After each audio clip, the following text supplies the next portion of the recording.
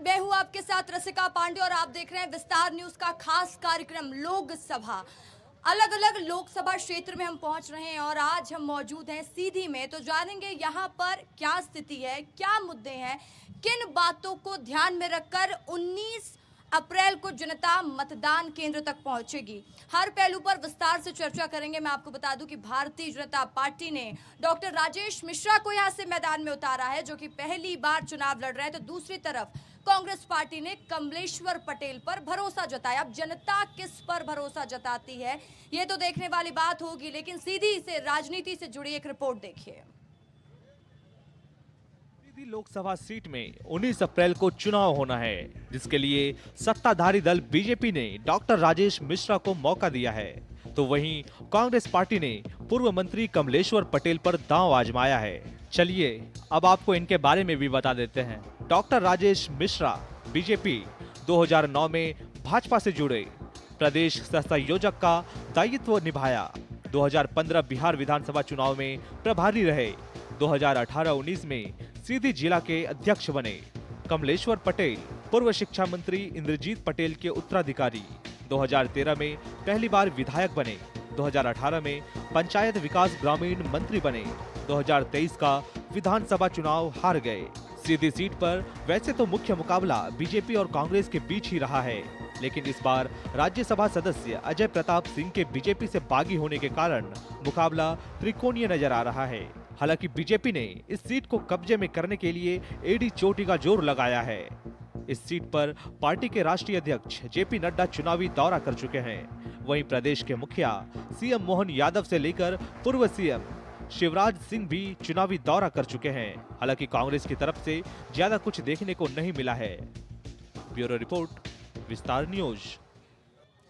तो सीधी में इस बार किसका प्रभाव होने वाला है ये तो नतीजे बताएंगे, लेकिन सीधी वही क्षेत्र है जहां पर इस बार भारतीय जनता पार्टी हो या कांग्रेस हो, दोनों ने पूरी ताकत झोंक दी है। लगातार हम देख रहे हैं यहाँ पर कई दिग्गज रोड शो कर चुके हैं। जेपी नड्डा भारतीय जनता पार्टी के अध्यक्ष पहुंचे, तो पूर्व मुख्यमंत्री शिवराज सिंह चौहान पहुंचे, तो डॉक्टर मोहन यादव मध्य प्रदेश मुख्यमंत्री यहाँ के दौरे पर पहुंचे, तो वही कांग्रेस की तरफ से जीतू पटवारी भी यहाँ पर मैदान में उतरे। तो लगातार प्रचार प्रसार तो जोर शोर से हुआ। अब इसके नतीजे क्या होते हैं ये भी विस्तार से आपको बताएंगे। स्पेशल मेहमान है, उनसे भी बातचीत करने की मेरी कोशिश रहेगी। मैं पहले आप लोगों को मेहमान से इंट्रोड्यूस करा दूं। शिवम शुक्ला है भारतीय जनता पार्टी से, जो भारतीय जनता पार्टी का पक्ष रखेंगे। साथ ही दीपू सिंह जी है जो कि कांग्रेस पार्टी से, उनसे भी विस्तार से चर्चा होगी, बातचीत करेंगे।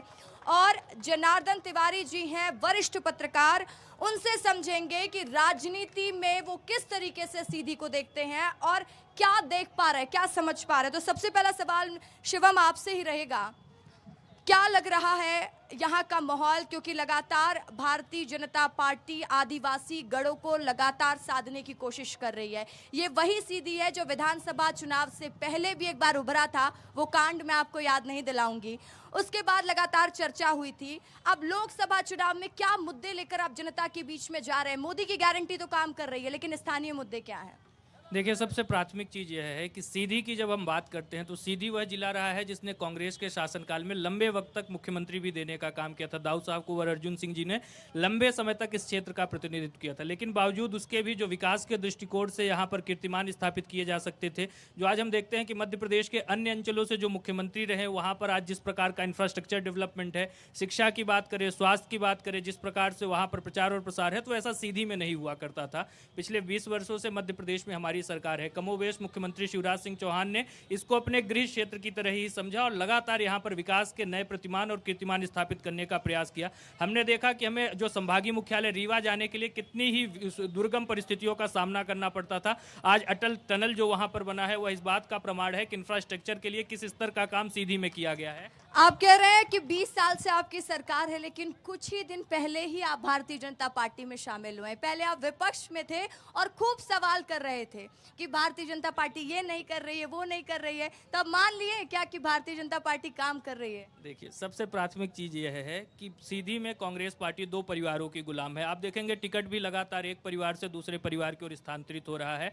मेरा किसी के प्रति कोई रार नहीं है। एक नेता है जो सामंतवादी मानसिकता से ग्रसित है, दूसरे नेता जो है वो परिवार परिवारवादी मानसिकता से ग्रसित हैं, वह स्वयं दिखाते तो जात की राजनीति करते हैं, लेकिन अगर जात की राजनीति करते तो अपने जाति वर्ग के कम से कम किसी सामान्य युवा का भी कुछ भला करते, लेकिन कभी नहीं किया। जनपद, जिला पंचायत, विधायक, हर चीज़ अपने परिवार तक सीमित रखी। दूसरी चीज़, मैंने जब राजनीति की तो स्वाभाविक तौर पर अगर व्यक्ति प्रतिपक्ष में होता है तो हर चीज़ की समालोचना की जा सकती है, तो उस दृष्टिकोण से लगातार भारतीय जनता पार्टी की तब सरकार थी, तो जो भी सवाल एक प्रतिपक्ष के नाते उठाए जाने चाहिए थे मैंने उठाए थे। और सरकार में होने के दौरान भी हम उस सिस्टम का, इको सिस्टम का जब भाग बनते हैं तो आंतरिक तौर पर भी मेरे क्षेत्र की जो अस्मिता है, जो आकांक्षा है, उसको नेतृत्व तक पहुंचाने का मैं हर संभव प्रयास करता रहता हूं। ठीक है, तो परिवारवाद का आरोप कांग्रेस पार्टी में हमेशा से लगता आया है। कमलेश्वर पटेल उनके पिता की राजनीति के करियर को आगे बढ़ा रहे हैं, ऐसा लोग भी कह रहे हैं। क्या कमलेश्वर पटेल जनता को विश्वास दे रहे हैं और आप लोग कहीं आप लोग को डर तो नहीं लग रहा, कॉन्फिडेंट तो है ना इस बार चुनाव को लेकर? सबसे पहले तो मैं परिवारवाद की बात करूंगा। परिवारवाद की बात जब भाजपा करती है तो इनको जय शाह को देख लेना चाहिए, कोई किस परिवार से आए हैं। और परिवारवाद की बात करती है जब भाजपा, तो लगता है कि शैतान प्रवचन दे रहा है। और जहां तक कमलेश्वर पटेल जी की बात है, कमलेश्वर पटेल जी सीधी में गरीबों से 1 रुपये नहीं लिया है। उनकी सेवा की एक विरासत रही है, परंपरा रही है। सीधी के शोषित पीड़ित मानवता की सेवा 7 पंचवर्षीय 35 साल तक उनके पिताजी ने सीधी से किया है और अजय रहे हैं। जब तक सीधी विधानसभा में वो रहे तो भारतीय जनता पार्टी में ऐसा कोई पैदा नहीं हुआ था कि उनको हरा दे। जब वो सिहावल चले गए हैं तब यहाँ भाजपा के पैर जमने पाए हैं। ये किसी सेवा के बल पर हुआ, गरीबों की सेवा। गरीब, दुखी, दीन, हरिजन, आदिवासी लाइन लगा के उनसे मिलते थे। ऐसा कोई व्यक्ति ना हुआ होगा कि जो रोता गया हो उनके पास से हंसते ना आया हो। और ये सेवा की भावना स्वर्गीय इंद्रजीत कुमार जी में दाऊ साहब कुमार अर्जुन सिंह से मिली थी। अर्जुन सिंह मध्य प्रदेश ही नहीं, भारतीय जनता पार्टी के लोग कहते थे, आदरणीय पटवा जी हमेशा कहते थे, आदरणीय गौर जी कहते थे, बाबूलाल, कि अर्जुन सिंह जैसा मुख्यमंत्री आज तक नहीं हुआ। अब भारतीय जनता पार्टी विरोध में है, विरोध करना उनका काम है। और जहां तक मैं सीधी के विकास की जो बात कर रहे हैं, सीधी में लगातार से 26 साल से भाजपा के सांसद हैं। 26 साल से सीधी को जनता ने, भाजपा को 26 साल से भाजपा पर भरोसा कर रहा है। लेकिन सीधी की जनता को भाजपा ने क्या दिया? बेरोजगारी, भूखमरी, गरीबी। सुनिए, यही सीधी सिंगरौली क्षेत्र है, सीधी लोकसभा में आता है। दुनिया की बड़ी बड़ी कंपनियां सिंगरौली में है। पूरा सिंगरौली विस्थापित हो चुका है। सिंगरौली के मूल निवासी वहां से भगाए जा चुके हैं। लेकिन सीधी सिंगरौली के एक भी व्यक्ति को भारतीय जनता पार्टी इस 20 साल में वहां रोजगार दिलाया हो, उदाहरण बता दे। ठीक है, जनता से ही पूछेंगे। मैं आप लोगों के बीच आऊंगी और आप लोग बताइएगा कि सीधी के लिए काम किसने किया और किसने काम नहीं किया। एक बार आम जनता के पास जाते हैं। अगर कोई किसी पार्टी से ना हो, आप लोग क्या करते हैं भैया? हम लोग तो अभी कुछ नहीं करते। कुछ नहीं करते। क्या लगता है कौन किया सीधी के लिए काम?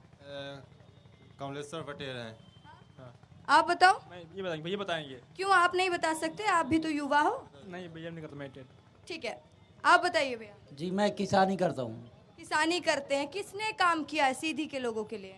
बीजेपी तो एक भी नहीं काम किए। अच्छा। क्योंकि 3100 रुपये धान के लिए बोला गया था, वो भी मोदी जी नहीं दिए। सहारा का पैसा खा गए। शिवम जवाब दीजिएगा, सवाल खड़े हो रहे हैं, आप बताइए। भाई साहब अभी बोल रहे थे कि इंद्रजीत पटेल जी का नाम ले रहे थे, अर्जुन सिंह का नाम ले रहे थे। अरे कब तक आप उन्हीं के नाम पे वोट मांगते रहोगे? आप क्या कर रहे हो? वो तो चले गए ना, अभी आप हो, आप करो। बताइएगा, सब सवाल पूछे जाएंगे नेताजी आप लोगों से। हाँ बताइए जी। मुझे ये लगता है कि भारतीय जनता पार्टी ने काफ़ी काम किया है। किसानों को सम्मान निधि दी है, लाडली बहना बनाया है, समूह के माध्यम से रोजगार दिया है, महिलाओं को, पुरुषों को भी रोजगार मिला है। अब ये झूठ बोलते हैं तो इनकी कमी है, हमारी थोड़ी ना पार्टी की। तो देखिए, कह रहे हैं झूठ बोलते हैं तो इनकी कमी है। आप बताइए। जी ऐसा है, मैं बड़ी सरल भाषा में कह दूं, आक्रामक मोड में नहीं बोलूँगा। भाजपा जो कहती है मैंने विकास किया, शिक्षा के सरकारी स्कूल कितने आज तक खुले हैं? अगर ये बता दे अपने 20 साल में तो मैं मुंह छोड़ा दूंगा। एक भी नहीं खुले, सब प्राइवेट खुलते हैं। और गरीब लोगों के जो बच्चे होते हैं वो सरकारी स्कूल में जाएंगे तो पैसे नहीं लगेंगे और प्राइवेट में जाएंगे तो उनको लंबी फीस चुकानी पड़ती है। अब आइए हम आपको बता दें, जो ये कहते हैं कि मैंने नारियों का सम्मान किया, अगर इन्होंने नारियों का सम्मान किया तो हाथरस की घटना जिसमें उस लड़की के साथ जोर जबरदस्ती और दुर्व्यवहार किया गया, बलात्कार किया गया और पुलिस ने जबरदस्ती जो संस्कार, अग्नि संस्कार का अधिकार उनके माँ बाप का होता है, वो ना देके छुड़ा के उन्होंने आधी रात तेल पेट्रोल डाल के जलाया। इससे बड़ा अमानवीय व्यवहार नहीं हो सकता। अब आते हैं उनकी गारंटी पे। गारंटी कहते हैं, गारंटी अपने आप में एक शब्द है और पूर्ण है। गारंटी की कोई गारंटी नहीं होती, लेकिन मोदी जी कहते हैं गारंटी की गारंटी। अरे ये कौन सी गारंटी है? एक आधा मिनट और लूंगा आपका। एक और कहना चाहूंगा, जो वो कहते हैं कि मैं गारंटी दूंगा, वो पहली बात तो ये बता दें वो शादीशुदा है या कि बिना शादीशुदा, और अगर बिना शादीशुदा है तो बता दें यशोदाबेन जी कौन है। पर ठीक है, सभी सवालों के जवाब मैं आऊंगी आपके पास। एक बार जनार्दन जी के पास जाती हूं। आप सबको सुन रहे थे, राजनीति को बखूबी समझते हैं। सीधी में आप देख रहे हैं कि किस तरह की राजनीति चलती आई और चल रही है। आपको क्या लगता है किसकी पैठ मजबूत नजर आ रही है और किसकी रणनीति आपको फेल दिखाई दे रही है? जैसा कि आपको बता दें कि सीधी लोकसभा में भारतीय जनता पार्टी से प्रत्याशी राजेश मिश्रा जी हैं। यहाँ पे भाजपा के बड़े बड़े कद्दावर नेता जैसे राजनाथ सिंह जी, जेपी नड्डा जी, मुख्यमंत्री डॉक्टर मोहन यादव जी, ये सब दौड़ रहे। कल ही रात में ही शिवराज सिंह जी की रैली थी। तो इस तरह से शिवराज सिंह के आने से भाजपा का तिसका बल पड़ा है। साथ ही कांग्रेस के पास ऐसे आज की ये देखने को मिल रहा है कि कोई वरिष्ठ ऐसे कद्दावर नेता नहीं है। अभी जीतू पटवारी जी आए थे, बरम बाबा में उनका कार्यक्रम था। तो हमें ये मान के चल रहा है कि भाजपा का पलड़ा यहाँ पे सीधी लोकसभा में भारी दिख रहा है। ठीक है, तो देखिए भाजपा का पल्ला तो भारी है शिवम, लेकिन आरोप भी कई हैं। आरोपों के जवाब देंगे? देखिए, स्वाभाविक तौर पर अगर हम शासन में रहते हैं तो कई सारी चीज़ों में सफलता अर्जित करेंगे, कई बार हम विफलता भी देखेंगे, लेकिन इसके बावजूद भी अगर बृहत्तर स्तर पर राष्ट्रीय हित हो हमारे अथवा जो क्षेत्र के हित हो, दोनों का ही संरक्षण अगर किसी सरकार के द्वारा हुआ है तो भारतीय जनता पार्टी है। मैं एक सूक्ष्म सा उदाहरण ले लेता हूँ। ललितपुर सिंगरौली रेलवे लाइन परियोजना थी, 98-99 की सरकारों ने उसको स्वीकृत किया था, लेकिन आज तक सीधी जिला रेलवे से वंचित था। क्यों वंचित था? क्योंकि पूर्व की सरकारों के अंदर उतनी दृढ़ इच्छा शक्ति नहीं थी कि यहाँ पर रेलवे लाइन का विस्तार कर सके, उसके लिए बजटरी एलोकेशन कर सके। हमारी सरकार आई, आज इस क्षेत्र में रेलवे आ रहा है, मेडिकल कॉलेज आ रहे हैं। इस क्षेत्र में हम देख रहे हैं कि तमाम तरीके से लगातार इस प्रकार से, चाहे स्वास्थ्य के इंफ्रास्ट्रक्चर की बात करें, शिक्षा और इन चीज़ों के अतिरिक्त भी लगातार प्रयास हो रहे हैं। और जो सबसे महत्वपूर्ण चीज़ है, सीधी की जनता भी मत जब देने जा रही है तो राष्ट्रीय हितों को देख रही है। सीधी की जनता भी देख रही है कि प्रधानमंत्री जी के नेतृत्व में अगर भारत माँ भारती के वैभव को परम वैभव पर ले जाने के लिए प्रयासरत है तो स्वाभाविक तौर पर अपना योगदान क्यों नहीं अर्पित करें। इसके साथ ही साथ सीधी के लोग इस बात से भी वाकिफ हैं कि एक और जहां भारतीय जनता पार्टी की सरकार प्रभु श्री राम लला के मूल्यों और उनके आदर्शों को संरक्षित करने के लिए राजनीति कर रही है, जहां हम यदुवर और रघुवर की परंपरा को आगे बढ़ा रहे हैं, वही यह लोग बाबर की परंपरा को आगे बढ़ा रहे हैं। जब तक सूरज चांद रहेगा, जब तक यह धरती और आसमान रहेंगे, तब तक वह छाप कांग्रेस के ऊपर रहेगी कि जब दिव्य और भव्य राम मंदिर की प्राण प्रतिष्ठा हो रही थी तो कांग्रेस ने उसका बहिष्कार किया। तो क्या सीधी की जनता उस पर वोट नहीं देने जाएगी? सीधी की जनता क्या वोट नहीं देने जाएगी कि पहले जब हमारी सरकारें हुआ करती थी तो हमारे सैनिकों को सरकार की ओर से मैंडेट नहीं मिलता था कि सीमा पर अगर उनके ऊपर कोई हमला करे तो उसके ऊपर उसी प्रकार का प्रतिघात करके बदला ले सके। तो स्वाभाविक तौर पर आज मोदी जी ने वह सैनिकों को वह अधिकार दिया है कि अगर भारत मां के संप्रभुता की तरफ कोई आंख उठा करके देखता है तो आप उसकी भाषा में जवाब दीजिए। यहां से जो हमारे प्रत्याशी हैं, लंबे अरसे तक उन्होंने समाज सेवा की है, सुदर्शन और सुयोग्य व्यक्तित्व है, उनके कृतित्व और व्यक्तित्व में एक रूपता है और स्वाभाविक तौर पर उसके कारण हम पूरी तरीके से आशान्वित है कि जहां 15 महीने के अपने मंत्रित्व कार्यकाल में पूरे सीधी और सिंगरौली को लूटने वाले व्यक्ति उनके सामने चुनाव लड़ रहे हैं। यह भी आज जनता जानती है कि राजेश मिश्रा जी ने जहां समाज सेवा के यहां पर नए पर्याय गढ़े हैं, वहीं कमलेश्वर पटेल ने सीधी को सिर्फ और सिर्फ अपनी राजनीतिक मिल्कियत समझा, धंधा व्यवसाय भोपाल में जा। ठीक है, देखिए आरोप आप लोगों पर भी है, कांग्रेस पार्टी पर। अगर जब जब हम जहां भी डिबेट करने जाते हैं एक आरोप लगता है और वो आरोप आपको भी पता है, राम मंदिर में क्यों कांग्रेस कार्यकर्ताओं को जाने नहीं दिया गया, जिसकी वजह से कई कार्यकर्ता भारतीय जनता पार्टी में शामिल हुए और उन्होंने ये भी कहा कि हमें मंदिर जाने से रोका गया, हम राम की पूजा करना नहीं छोड़ सकते। दूसरी बात, जैसा कि शिवम ने भी कहा कि कमलेश्वर पटेल पर एक आरोप है कि पटेल इंस्टीट्यूट तो आपने भोपाल में खोल लिया, लेकिन आपने सीधी को क्या दिया? देखिए, कभी आप भाजपा वालों से पूछिए कि देश की प्रथम नागरिक द्रौपदी मुर्मू को क्यों रोका गया राम मंदिर के उद्घाटन में जाने से? कौन रोका है उसको? भारत के प्रधानमंत्री द्वारा रोका गया है, इसलिए को आदिवासी थी। आदिवासियों को ये भीमराव अम्बेडकर का माला पहनाते हैं वोट लेने के लिए, लेकिन जाते हैं तो फिर नहाते हैं, गंगा जल छिड़कते हैं। यह भाजपा का असली चरित्र है।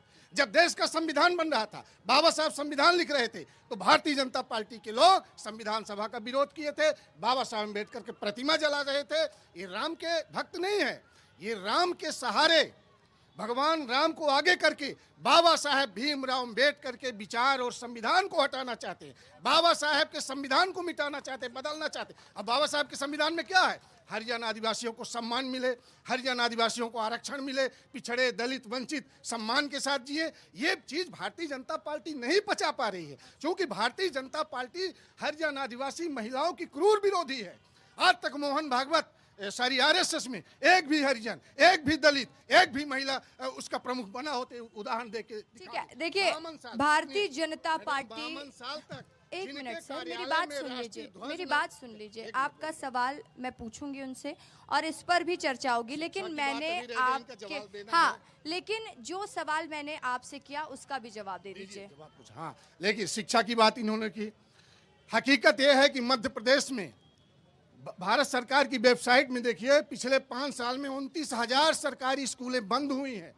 आज मध्य प्रदेश में 2,621 स्कूलों में एक भी टीचर नहीं। ये क्या है? ये सरकारी स्कूलों को खत्म करना चाहते हैं ताकि गरीबों के बच्चे, ये जो भाजपाई बड़े बड़े स्कूल प्राइवेट चला रहे हैं, शिक्षा माफिया, स्वास्थ्य माफिया है, ये साजिश के तहत सरकारी स्कूल, सरकारी अस्पताल बंद करना चाहते हैं ताकि गरीबों की मदद न हो। फ्री में पढ़ाई, फ्री में दवाई की भाजपा शुरू से विरोधी रही है। अटल बिहारी जी ने एक बार कहा था कि जनता को कुछ फ्री न दो, फ्री में दवाई और पढ़ाई कर दो। लेकिन आज भारतीय जनता पार्टी दवाई और पढ़ाई की बात नहीं करती, अटल बिहारी के विचारधारा को तिलांजलि दे चुकी है। तो शिक्षा से, स्वास्थ्य से गरीबों को वंचित करने के लिए शिक्षा माफिया और स्वास्थ्य माफियाओं को चुनाव के बहाने जनता पर थोपा जा रहा है। ये सेवा की बात करते हैं, बियर बार खोल के आदमी जनता की सेवा करता है, इनके प्रत्याशी की। ठीक है, मैं आपकी सभी बातें समझ गई सर, लेकिन आपने मेरे सवालों का जवाब नहीं दिया। मैंने आपसे सवाल पूछा कि क्या कांग्रेस पार्टी को महंगा नहीं पड़ेगा अपने कार्यकर्ताओं को राम मंदिर में जाने से रोकना? मैं वो सवाल भी पूछूंगी जो आपने बोला है। और दूसरा सवाल मेरा आपसे था कि कमलेश्वर पटेल ने भोपाल में तो इंस्टीट्यूट खोल दिया, सीधी की जनता के लिए कि इंस्टीट्यूट क्यों नहीं? वो तो सीधी के करना चाहिए काम। देखिए, उनके पिताजी स्वर्गीय इंद्रजीत कुमार जी जब शिक्षा मंत्री थे मध्य प्रदेश के, तो रिकॉर्ड तोड़, सीधी नहीं पूरे मध्य प्रदेश में 30,000 स्कूल उन्होंने खोला था। आज तक भारतीय जनता पार्टी एक भी स्कूल सरकारी खोली हो, एक भी स्कूल का उन्नयन किया हो। आज क्या बताएं, जिनके सरकार में स्कूलों में टीचर नहीं, ताला बंद है 2,500 स्कूलों में, ये शिक्षा की बात करते हैं। माननीय इंद्रजीत कुमार जी के कार्यकाल में 30,000 सरकारी स्कूल मध्य प्रदेश की धरती पर खुले और वो चल रहे थे। आज गरीबों के हॉस्टल बंद हो रहे हैं, हरिजन आदिवासियों के हॉस्टल बंद हो रहे हैं। जिस स्कूल में आप पढ़ी होंगी, हम पढ़े होंगे, हमारे मित्र शिवम शुक्ला पढ़े होंगे सरकारी स्कूल में, वो स्कूल आज बंद है, गांव की वो बंद हो गई।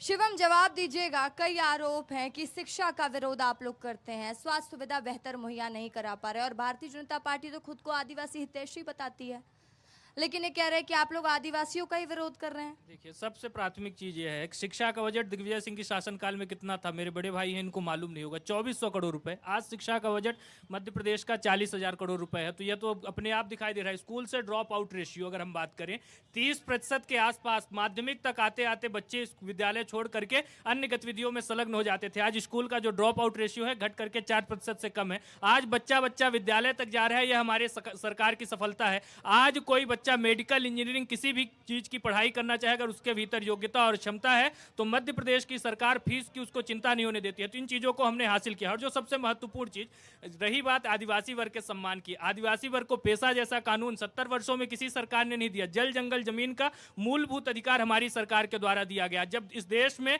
पहली बार कोई दलित वर्ग का राष्ट्रपति बना तो हमारी शासनकाल में हमारे समर्थन से बना। कोई आदिवासी महिला उस पद तक पहुंच सकी। और बाबा साहब तो कहा करते थे कि जिस दिन इस देश में कोई आदिवासी आदिवासी महिला सर्वोच्च पद पर पहुंचेगी तो अपने आप में राष्ट्र के लिए वह एक गौरव का क्षण होगा, और वह गौरव का क्षण प्रधानमंत्री मोदी जी के नेतृत्व में आज इस देश में संभव हो पाया। राष्ट्रपति जी की मर्यादा की यह लोग बात करते हैं। जब राजेंद्र प्रसाद जी राष्ट्रपति हुआ करते थे, सोमनाथ मंदिर का पुनर्निर्माण हुआ था, वहां पर चले गए थे तो इनके सेकुलरिज्म को आपत्ति पंडित नेहरू के माध्यम से हो रही थी। राष्ट्रपति जी के सम्मान की आज यह लोग बात कर रहे हैं। राष्ट्रपति कह करके इनके ही जो लोकसभा में नेता अधीर रंजन चौधरी थे उन्होंने सम्मानित किया था, तब कौन सा राष्ट्रपति जी का सम्मान हो रहा था, कौन सा आदिवासियों का सम्मान होता। देखिए, आदिवासी वर्ग की, उसके आप वर्तमान और भविष्य की चिंता तो छोड़ दीजिए, उनके अतीत को भुलाने का काम किया गया। हमको बाबर आक्रांताओं का इतिहास पढ़ाया गया। रानी कमलापति कौन थी, भगवान बिरसा मुंडा कौन थे, तांटिया भील कौन है, रघुनाथ शाह और शंकर शाह का क्या योगदान है, बंकू बैगा यही सीधी के रहने वाले हैं, उनका इतिहास में क्या योगदान है, स्वतंत्रता की लड़ाई में किस स्तर का संघर्ष उन्होंने किया, इससे हमको वंचित रखा गया।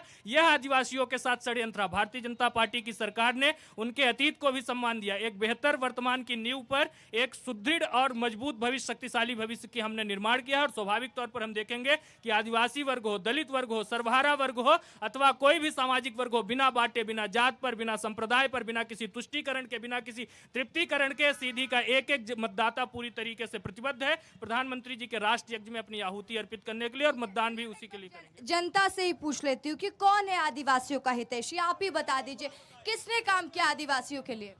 मैं इनसे ये पूछना चाहता हूँ कि 2014 के पहले कितने आदिवासियों के खाते थे, ये बताएं, इनमें ताकत हो तो। 2014 के पहले आदिवासियों के कितने बैंक में खाते थे, ये बताएं। कौन बताए, कौन? कांग्रेस वाले, ये कांग्रेस वाले बताएं कि 2014 के पहले कितने आदिवासियों के खाते थे। अभी एक दिन मैं एक भाई साहब से बात कर रहा था, अरे मोदी जी ने गलत आदिवासियों के खाते खुलवा दिए, विकास का पैसा आदिवासियों के खाते में जा रहा है तो इनको दिक्कत हो रही है। दूसरी बात ये, अभी ये बोल रहे थे कोई भाई साहब कि मोदी जी बताए कि शादी उनकी हुई है कि नहीं हुई है, और ये सौदा बहन कौन है। मैं इनसे पूछना चाहता हूं कि जिनको ये प्रधानमंत्री बनाना चाहते हैं वो खान है कि गांधी हैं कि नेहरू हैं, ये बताएं ना। ये दूसरे से बात करना तो ठीक है, पहले ये बताएं कि वो किसको प्रधानमंत्री बनाने जा रहे हैं। ये हमारे सवालों को जवाब देना, पूछिए इनसे कि कौन है वो। ठीक है, बताइए। हाँ, क्या कहना चाह रही हैं आप? पहला ये है कि जात के आधार पर प्रधानमंत्री नहीं बनता है। वो पहला बात वो है कि हिंदुस्तान के हैं, उनके पुरखे हिंदुस्तान के हैं। आपको सबसे पहले ये समझना चाहिए। जात और आदिवासियों का, मैं भी सरपंच रह चुकी हूँ। 98 में मैं सरपंच थी। सबसे पहले कांग्रेस सरकार ने आदिवासियों को पट्टे बंटवाए थे। मैंने खुद, इंद्रजीत कुमार उस समय मंत्री थे, मैंने 250 पट्टे आदिवासियों को, पूरी जंगल की जमीन, सरकारी जमीन जितनी थी उतनी वो करके पट्टे बांटे गए थे। उनको घर बनाने के लिए पैसे दिए गए थे, उनके खाते खोले गए थे, उनके खातों में पैसे जाते थे, मुफ्त में नहीं देते थे। ये नहीं था जैसे सरकार ये घूस दे रही है महिलाओं को 1200 रुपए दे के, एक तरह से वोट के लिए घूस है। ये वो नहीं है, उनके लिए आमदनी, उनको रोजगार दो ना। सबसे पहले वो आप उनको रोजगार दीजिए, उनको मुफ्त का मत बनिए, उनको दारू पीने के लिए पैसे मत दीजिए। आज देखिए आदिवासी घर में बैठे हैं और बीवियां काम कर रही है क्योंकि उनको मुफ्त में पैसे मिल रहे हैं, उनको मुफ्त में गल्ला मिल रहा है। आप उनको रोजगार दो ना। ठीक है, बिल्कुल आपकी बात से मैं सहमत हूँ, ठीक है। लेकिन मेरा आपसे एक सवाल रहेगा। अभी कांग्रेस पार्टी ने एक ऐलान किया है, उस ऐलान का मैं आपसे जिक्र कर रही हूँ। 8000 आप लोग महिलाओं को देने की बात कर रहे हैं। क्या रणनीति होने वाली, कैसे देंगे, क्योंकि हमें भी समझ में नहीं आ रहा। कई क्षेत्रों में हम देख रहे हैं, कई जगहों पर हम देख रहे हैं कि लोकसभा प्रत्याशी हैं। 1 मिनट में आपके पास आऊंगी तो आप जवाब दीजिएगा, जब मैं आपके पास आऊंगी तब आप बात करिएगा। तो क्या स्ट्रेटेजी रहने वाली है, कैसे देंगे आप लोग? क्योंकि जबलपुर भी गए हम, अलग अलग जगह देखे तो वहाँ के जो कैंडिडेट थे वो घर घर जाके 10-10 रुपए चंदा मांग रहे हैं, क्योंकि आप लोगों का आरोप है कि भारतीय जनता पार्टी ने अकाउंट सीज कर दिया है ना। तो फिर कैसे करेंगे, कैसे करेंगे? भाई जब हमारी सरकार आएगी, कांग्रेस सरकार आएगी, उस समय सबसे पहला काम होगा बेरोजगारों को रोजगार देना, चाहे महिला हो, अनपढ़ महिलाएं होंगी। आज सरकार 1250 रुपए महिलाओं को दे रही है। आंगनबाड़ी कार्यकर्ता सारा दिन काम कर रही है, उनको 4-4 महीने से वेतन नहीं मिले हैं। वो लोग हर जगह शिकायत कर रही उनको, लेकिन उनको वेतन नहीं दिया जा रहा है। मुफ्तखोरी में पैसा दिया जा रहा है, लेकिन जो कार्य कर रही उनको पैसे नहीं दिए जा रहे हैं। तो ये भाजपा की कौन सी नीति है? क्योंकि उनको वोट लेने हैं। अभी जब तक वोट है तब तक तो वो पैसे देंगे। तो इसलिए जब हमारी सरकार आएगी तो जो हमने घोषणाएं की है वो हम किस तरीके से देते हैं वो तो समय बताएगा। चलिए ठीक है, ये भी देख लेंगे और चर्चा हमारी जारी रहेगी। बताइए आपका क्या मुद्दा है? मैं तो ये पूछना चाहता हूँ कि आज़ादी के 75 सालों बाद 50 साल कांग्रेस ने शासन किया है, पिछले 25 साल से मध्य प्रदेश में भाजपा का शासन है। सीधी के लिए ये दोनों दल बता दें, एक उपलब्धि बता दें।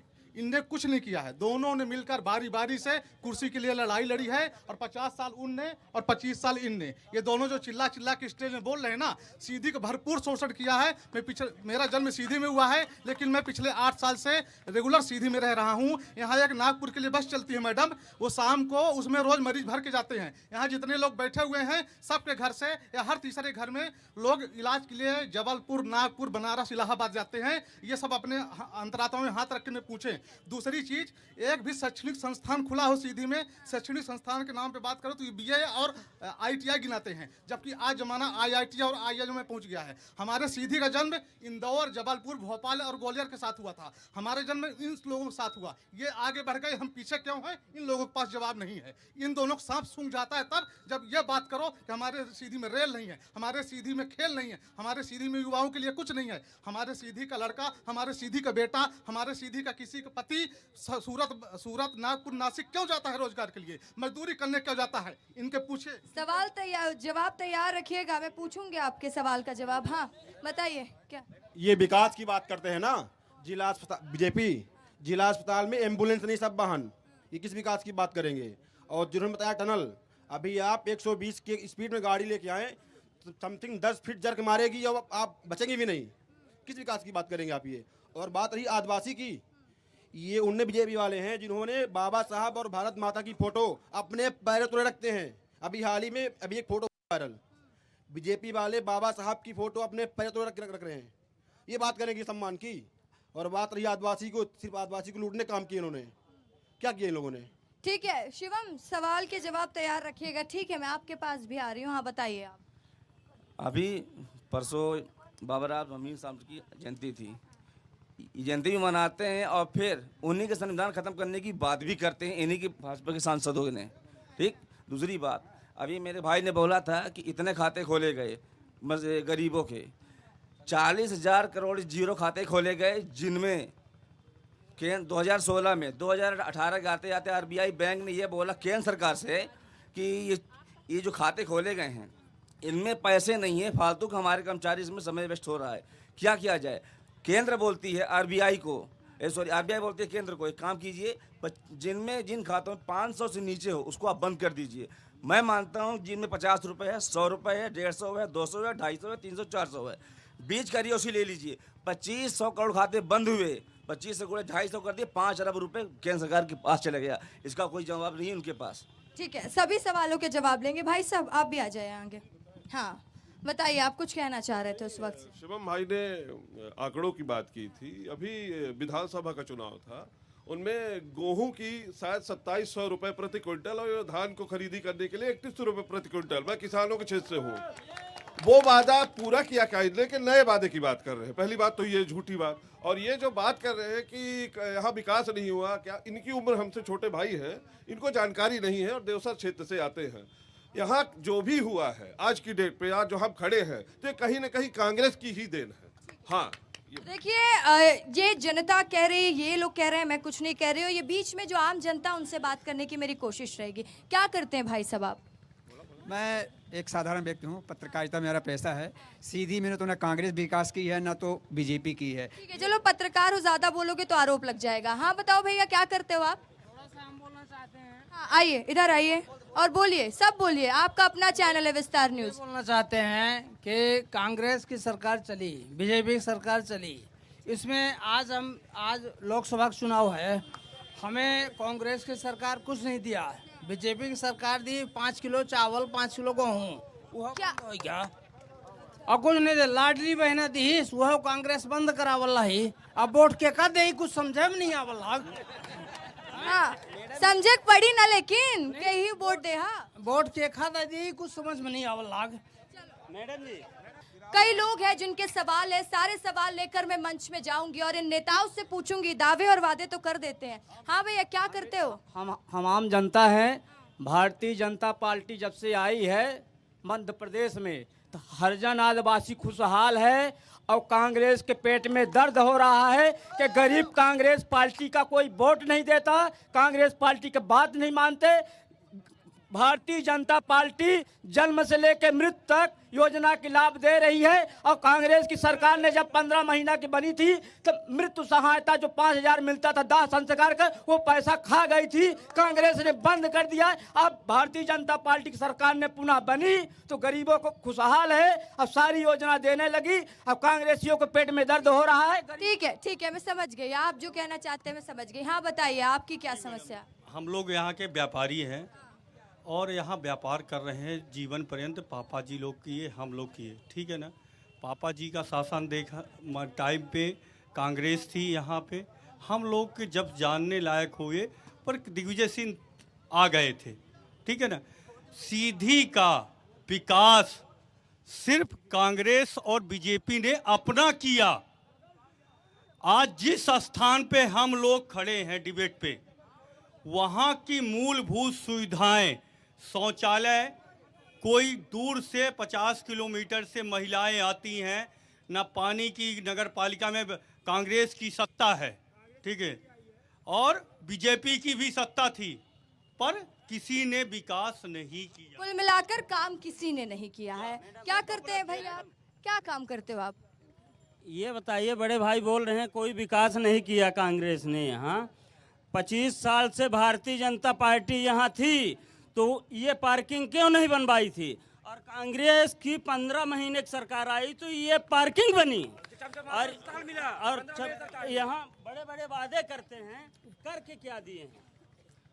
यहाँ पर बहुत सारी बातें हो रही हैं, लेकिन रोजगार की बात नहीं हो रही है, शिक्षा की बात नहीं हो रही है। कांग्रेस की जब सरकार थी हर 3 साल में संविदा शिक्षक की भर्ती आती थी। आज 2011 में इन्होंने एग्जाम लिया था, फर्स्ट काउंसलिंग के बाद सेकंड काउंसलिंग नहीं किया, और 2018 में जब कांग्रेस सरकार ने जब विज्ञापन निकाला, पेपर लिया, उसके बाद उसकी सरकार गिरा दी इन्होंने, और उसके बाद आज तक काउंसलिंग नहीं हो, दूसरा पेपर लिए उसकी भी काउंसलिंग नहीं हुई। तो यहाँ पर शिक्षा के विषय में, रोजगार के बारे में भारतीय जनता पार्टी फेल हो चुकी है। भ्रष्टाचार के बारे में, भ्रष्टाचार की बात करें तो भारतीय जनता पार्टी की सरकार में भ्रष्टाचार चरम पर है। हर जगह घूसखोरी, रिश्वतखोरी चरम पर है, जबकि कांग्रेस के सरकार में भ्रष्टाचार, घूसखोरी कम था, न्यून था। ठीक है, आप क्या करते हैं भैया? दुकानदार है, दुकान है मेरी। दुकान है आपकी, तो आप बताइए क्या काम वाम हुआ आपके क्षेत्र में? किसने किया, किसने नहीं किया? काम जब से बीजेपी की सरकार हुई तो पूरे काम उन्होंने किया है, शुरू से लेकर आज तक। जो सड़कें हम लोग दिल्ली बॉम्बे में देखते थे, सपना थी यहाँ के लिए, वो सड़कें यहाँ बनी। दिग्विजय सिंह के काले राज में जो है सड़क, बिजली, पानी पूरी तरह से चौपट हो गई थी व्यवस्था। उस व्यवस्था को आज दुरुस्त किया है तो बीजेपी ने किया है। और जो ये पार्किंग जो खड़ी है यहाँ, ये मिनी स्मार्ट सिटी के तहत, ये प्रोजेक्ट के तहत बना है, ना कि कांग्रेस ने बनवाया है। और उसी जो काम नहीं हुआ है ये सारे काम। ठीक है भैया, आगे आइए। आप जब ये बोल रहे थे तो आप सर हिला रहे थे, क्या कहना चाहते हो आप बताओ? सीधी जिला पूरी तरह से मोदी में है और मोदी में रहेगा। अब की बार 400 पार होगा और होके रहेगा। मोदी जी की लहर है, पूरी तरह से यहाँ सीधी में लहर है। अच्छा, ये नहीं बता पा रहे काम किसने किया? दादा क्या करते हैं आप? हम हो गया वही काम करते हैं। क्या काम करते हैं? ये रुई रजाई का। हाँ। क्या कौन काम किया दादा? यहाँ कौन काम नहीं किया बताओ तो? काम सब कर रहे हैं सर। अब जो है तो कांग्रेस के ज़माने में ज़्यादा काम हुआ है, ये जो इधर उधर दिख रहा है सब उन्हीं का है, समझ रहे हैं। अब ये है कि थोड़ा बहुत वो भी कर रहे हैं, लेकिन वैसे कोई नहीं करते हैं। हाँ। आप शर्मा बहुत रहे बताने में। ठीक है ठीक है, आप क्या करते हैं दादा? यही फोटो की दुकान किए हैं। की दुकान है क्या? कैसी व्यवस्था है यहाँ पर आपके? व्यवस्था तो इतनी अच्छी है कि क्या बताएं हम। इतनी अच्छी व्यवस्था है, कांग्रेस के ज़माने में भी, बीजेपी के ज़माने में भी है। 2 पार्टी है ही है, बाकी तीसरी पार्टी तो है नहीं। यहाँ सांसद आए, विधायक आए, सबको ही आए, दोनों पार्टी के आए और चले गए। लेकिन व्यवस्था यहाँ देख, आप जाके यहीं पार्किंग में आके देख लीजिए, कहीं लेटरिन बाथरूम की व्यवस्था बनी हो तो बताइए। तो चलो चलो मंच में जाएंगे, नेताजी से बात करेंगे। हाँ भैया, जल्दी आप भी अपनी बात रख दीजिए। बहुत देर से बातें चल रही थी कि सीधी में रोजगार के लिए कांग्रेस सरकार ने क्या किया, स्वास्थ्य के लिए क्या किया, शिक्षा के लिए क्या किया। मेरे भाई जो मंच पे खड़े हैं भाजपा के प्रवक्ता के रूप में, मैं उनको ही बताना चाहता हूं कि जिन स्कूलों में वो शासकीय स्कूलों में यहाँ पे पढ़ाई कंप्लीट किए हैं वो भी कांग्रेस की देन है। और रोजगार की बात करते हैं तो यहाँ पर से मुख्यमंत्री रहे स्वर्गीय कुंवर अर्जुन सिंह जी, उन्होंने सीधी जिले के लिए रोजगार के लिए 7 रोजगार उद्योग केंद्र खोले थे 1985 में। पहला उद्योग केंद्र जो आज अल्ट्राटेक के नाम से जो प्लांट चल रहा सीमेंट प्लांट, वो अर्जुन सिंह जी द्वारा ही खुलवाया गया था। उसके जस्ट सामने एक जेके सीमेंट के प्लांट के नाम से खोला गया था, वो भी उन्होंने उद्योग केंद्र के नाम पर खुलवाया था। भरतपुर हथकरघा केंद्र जो वर्तमान में संचालित है उद्योग के लिए, वो भी अभी अर्जुन सिंह जी ने उस टाइम पे खुलवाया था। इसके बाद आपके डालडा फैक्ट्री चुरहट में खुलवाया था कुंवर अर्जुन सिंह जी ने। इसके बाद शुगर मिल जो खुलवाई थी चुरहट से और सीधी के रोड के बीचों बीच है, वो भी कुंवर अर्जुन सिंह जी ने खुलवाया था। और इसके बाद कत्था फैक्ट्री आपके सीधी में वर्तमान अब संचालित कोई भी इसमें संस्थान कुछ नहीं है। और इसके बाद नौढ़िया में दुग्ध उद्योग केंद्र खुलवाए, ये उन्होंने रोजगार के लिए किया। अब शिक्षा की बात करते हैं, नवोदय विद्यालय, केंद्रीय विद्यालय, संजय गांधी इकलौता पीजी महाविद्यालय है सीधी जिले के अंदर, जो कुंवर अर्जुन सिंह जी ने 4.5 करोड़ रुपए एचआरडी मिनिस्टर होते हुए दिया था और उसी की बदौलत ये बिल्डिंग बनी हुई है। और उसके बाद कोई भी एक भी महाविद्यालय की ईंट भाजपा के द्वारा नहीं रखी गई। और स्वास्थ्य की बात भी कर लीजिए ना, जिला चिकित्सालय जो आज खुला हुआ है ये कांग्रेस की देन रही है। इसके बाद कौन सा नया जिला चिकित्सालय या इतना बड़ा बेड की संख्या बढ़ा के और बहुत हाईटेक इन्होंने स्वास्थ्य की व्यवस्थाएं करा दी यहाँ पर, इसका भी जवाब मैं इनसे लेना चाहता हूँ कि जो भी आज चुरहट से लेकर के जो पूरे सीधी जिले में स्वास्थ्य केंद्र खुले हुए हैं उसमें 80% जो है तो कांग्रेस। चलिए अब इन्हीं से जवाब लेंगे। देखिए समय भी कम है, मुझे जवाब भी लेना है। अब शिवम, आपने लोगों की बात सुन ली है, मुझे ज्यादा कुछ कहने की जरूरत नहीं। जनता कह रही है, मैं नहीं कह रही हूँ। कुछ लोग पीछे से कह रहे हैं काम हुआ है, लेकिन बहुत आरोप भी हैं। जब हर कुछ यहाँ पर कांग्रेस पार्टी ने किया है तो कैसे जीतेगी भारतीय जनता पार्टी सीधी में? देखिए, जनता ने विधानसभा के चुनाव में स्पष्ट कर दिया था कि जनता का विश्वास किसके साथ है, किसने वास्तव में यहाँ पे काम किया है। जो सबसे महत्वपूर्ण चीज़ है, हम तो चाहते हैं कि आपका यह विश्वास लंबे समय तक कायम रहे और जनता इसी प्रकार से आपको यह बार बार बोलने का अवसर देती रहे।